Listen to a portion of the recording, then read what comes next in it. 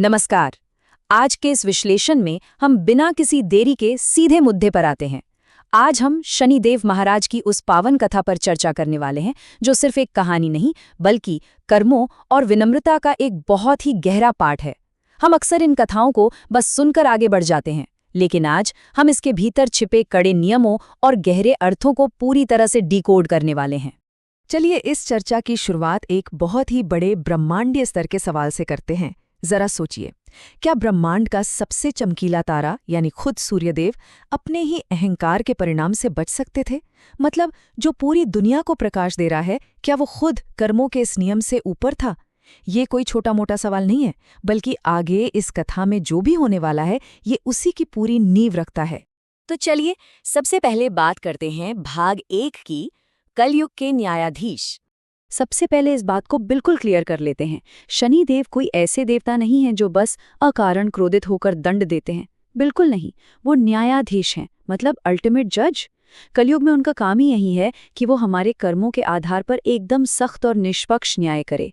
तो आगे जो भी होता है वो किसी गुस्से का नतीजा नहीं है, बल्कि यूनिवर्स के न्याय का एक बहुत ही अचूक सिस्टम है। अब आते हैं इस कहानी के सबसे पहले बड़े पड़ाव यानी भाग 2 पर, सूर्यदेव का मानभंग। अब यहाँ जो विरोधाभास है ना, वो सच में बहुत दिलचस्प है। एक तरफ देखिए सूर्यदेव को, असीम तेज है उनके पास, लेकिन अंदर कूट कूट कर भरा हुआ अहंकार। इतना ज्यादा घमंड कि उन्होंने अपने ही बेटे को सिर्फ इसलिए ठुकरा दिया क्योंकि उसका रंग काला था। और दूसरी तरफ है शनिदेव, माता छाया के पुत्र। रंग जरूर काला था, लेकिन पिता के इस बर्ताव ने उन्हें अंदर तक गहरी ठेस पहुंचाई। ये साफ दिखाता है कि कैसे रूप रंग का घमंड बड़े बड़े देवताओं तक को पूरी तरह अंधा कर सकता है। और इसके बाद जो हुआ वो सचमुच रोंगटे खड़े कर देने वाला था। मतलब कर्मों के नियम से कोई भी नहीं बच सकता, खुद सूर्य भी नहीं। जैसे ही शनिदेव ने अपनी मकर दृष्टि सूर्यदेव पर डाली, सोचिए, तीनों लोकों में अचानक भयानक अंधेरा छा गया। सूर्य का रथ वहीं रुक गया, उनके सारथी अरुण की आंखों की रोशनी चली गई और खुद सूर्यदेव का वो शानदार तेज छिन गया और वो कुष्ठ रोग से पीड़ित हो गए। कर्म का सिद्धांत कितनी तेजी से और कितना सटीक काम करता है, ये उसका एकदम परफेक्ट उदाहरण है। लेकिन यहाँ कहानी में एक बहुत जरूरी नियम स्थापित होता है। जैसे ही सूर्यदेव का वो भारी भरकम अहंकार टूटता है और उन्हें अपनी इस भयंकर भूल का एहसास होता है, वो सच्चे मन से माफी मांगते हैं। और पता है क्या, शनिदेव उन्हें तुरंत पूरी तरह से माफ भी कर देते हैं।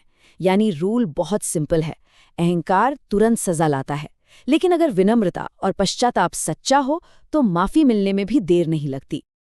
अब कहानी स्वर्ग से सीधे पृथ्वी पर आती है, हमारे भाग 3 में, नवग्रह संवाद। तो उज्जैन में राजा विक्रमादित्य के दरबार में नवग्रहों पर एक जबरदस्त बहस चल रही थी। हर एक विद्वान अपने अपने तर्क दे रहा था। कोई कह रहा था सूर्य सर्वोच्च हैं, कोई चंद्र को शीतल बता रहा था, तो कोई मंगल को इच्छाएं पूरी करने वाला। लेकिन जब आखिरी विद्वानों की बारी आई तो उन्होंने साफ कर दिया कि कलयुग के न्यायाधीश के रूप में शनिदेव सबसे शक्तिशाली हैं। ये पूरी लिस्ट हमें उस समय के ज्योतिष ज्ञान और ग्रहों की शक्तियों की एक बहुत ही कमाल की रूपरेखा देती है। और यहीं से शुरू होता है हमारा भाग 4, जो इस पूरी कथा का टर्निंग पॉइंट है, राजा विक्रमादित्य का पतन। ये वो पल था जिसे हम पॉइंट ऑफ नो रिटर्न कह सकते हैं। राजा विक्रमादित्य ने भरे दरबार में कह दिया कि जिसने अपने ही पिता का अपमान किया हो वो महान कैसे हो सकता है, वो एक पापी है। सोचिए, ये कोई आम बात नहीं थी, ये सीधे सीधे सर्वोच्च न्यायाधीश का एक भयंकर अपमान था। राजा को लग रहा था कि वो न्याय की बात कर रहे हैं, लेकिन असल में उस वक्त उनका अपना अहंकार बोल रहा था। और हम सब जानते हैं तो जब अल्टीमेट जज का ऐसा सार्वजनिक अपमान हो तो किस्मत कितनी तेजी से पलटती है। शनिदेव ने तुरंत विक्रमादित्य को सबक सिखाने की ठान ली और सीधे राजा की कुंडली की कन्या राशि में प्रवेश कर गए। ये महज एक ज्योतिषीय घटना नहीं थी, बल्कि ये एक बहुत ही खौफनाक पतन की शुरुआत थी। और इस पतन का स्केल तो देखिए।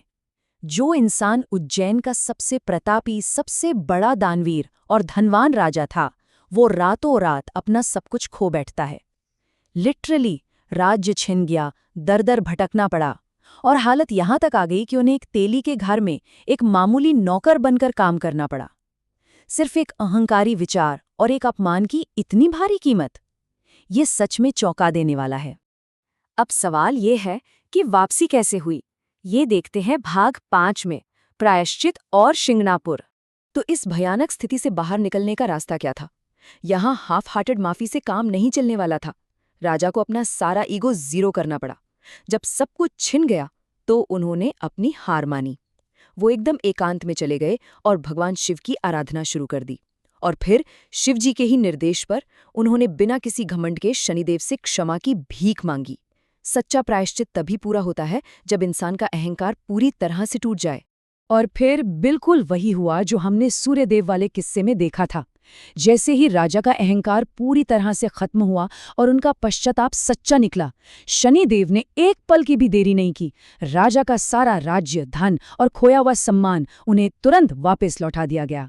मतलब कर्मों के न्यायाधीश किसी से कोई पर्सनल दुश्मनी नहीं रखते। आपकी विनम्रता सच्ची है तो उनका आशीर्वाद भी तुरंत मिलेगा। और जाते जाते शनिदेव ने एक ऐसी घोषणा की जो इस पूरी पौराणिक कथा को आज की हमारी दुनिया से जोड़ देती है। उन्होंने ये डिक्लेयर किया कि कलयुग में उनका मुख्य धाम और शाश्वत निवास शिंगणापुर नगरी में होगा। ये इस बात का सबूत है कि ये सिर्फ एक पुरानी कहानी नहीं है, बल्कि श्रद्धा का एक ऐसा केंद्र है जहां आज भी न्याय और कृपा की उम्मीद की जाती है। तो इस पूरे विश्लेषण के बाद हमारे सामने ये सबसे बड़ा सवाल आकर खड़ा हो जाता है, क्या इंसान का ये छोटा सा अहंकार कभी भी कर्मों के उस सर्वोच्च न्यायाधीश के सामने टिकने का कोई चांस रखता है? हम सब कभी कभी अपने अहंकार में ये भूल ही जाते हैं कि कोई है जो हमारे हर एक कर्म का एकदम सटीक हिसाब रख रहा है। हमने देखा कि चाहे वो खुद ब्रह्मांड के सूर्यदेव हों या फिर पृथ्वी के सबसे महान राजा विक्रमादित्य, अहंकार का रिजल्ट हमेशा पता नहीं होता है और विनम्रता ही आगे बढ़ने का एकमात्र सही रास्ता है। उम्मीद है इस चर्चा से कर्मों के इस गहरे फलसफे को समझने में बहुत मदद मिली होगी।